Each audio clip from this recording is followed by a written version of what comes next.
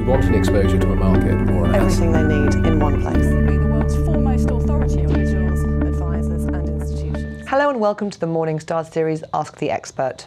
I'm Emma Wall and here with me today is Caroline Gutman, passives analyst for Morningstar.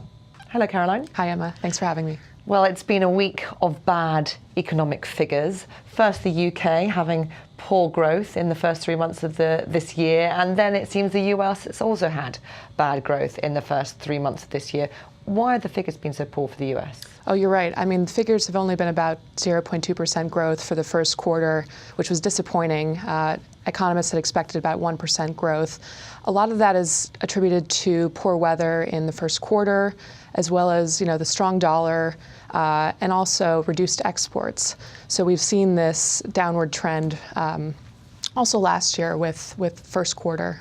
I'm just going to say, last year we had what was said to be a one-off catastrophic weather event, which actually sent the US into recession for the first quarter. That was supposed to be a one-off, and yet here we are again with another weather event that's affected the economy. Yeah, but I think it's also important to remember that after that first quarter, we did see 2 quarters of growth, exceptional growth.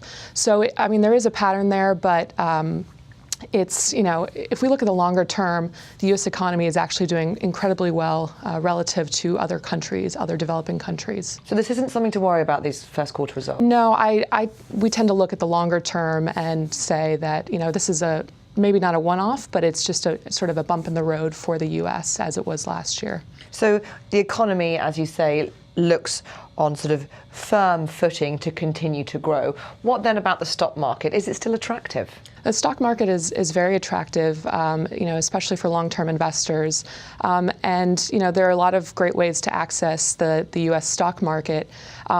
Typically speaking, it's very difficult for active managers to outperform large cap benchmarks. So really the best way to access the US market is through passive funds. And that's because it's a wonderfully transparent market, and so value add is very difficult to do. Whereas if you have a great passive strategy with a very small fee, actually you can take as much of the gains as possible from any rally. Absolutely, and I mean fund fees are as low as 0.1%, and they continue to drop. So it's a very appealing way to access the market for investors. And have you got some sort of highly rated ones we can look at today? Yeah, absolutely. We actually have 3 index funds that I'll highlight. We have the BlackRock North American Equity Tracker, we have the LNG US Index Fund, and then also the Vanguard US Equity Fund.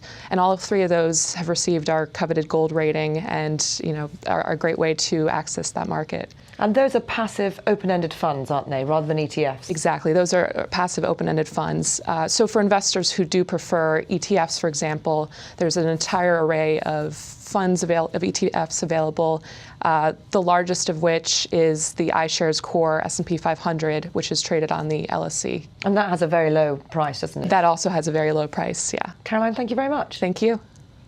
This is Emma Wall from Morningstar. Thank you for watching.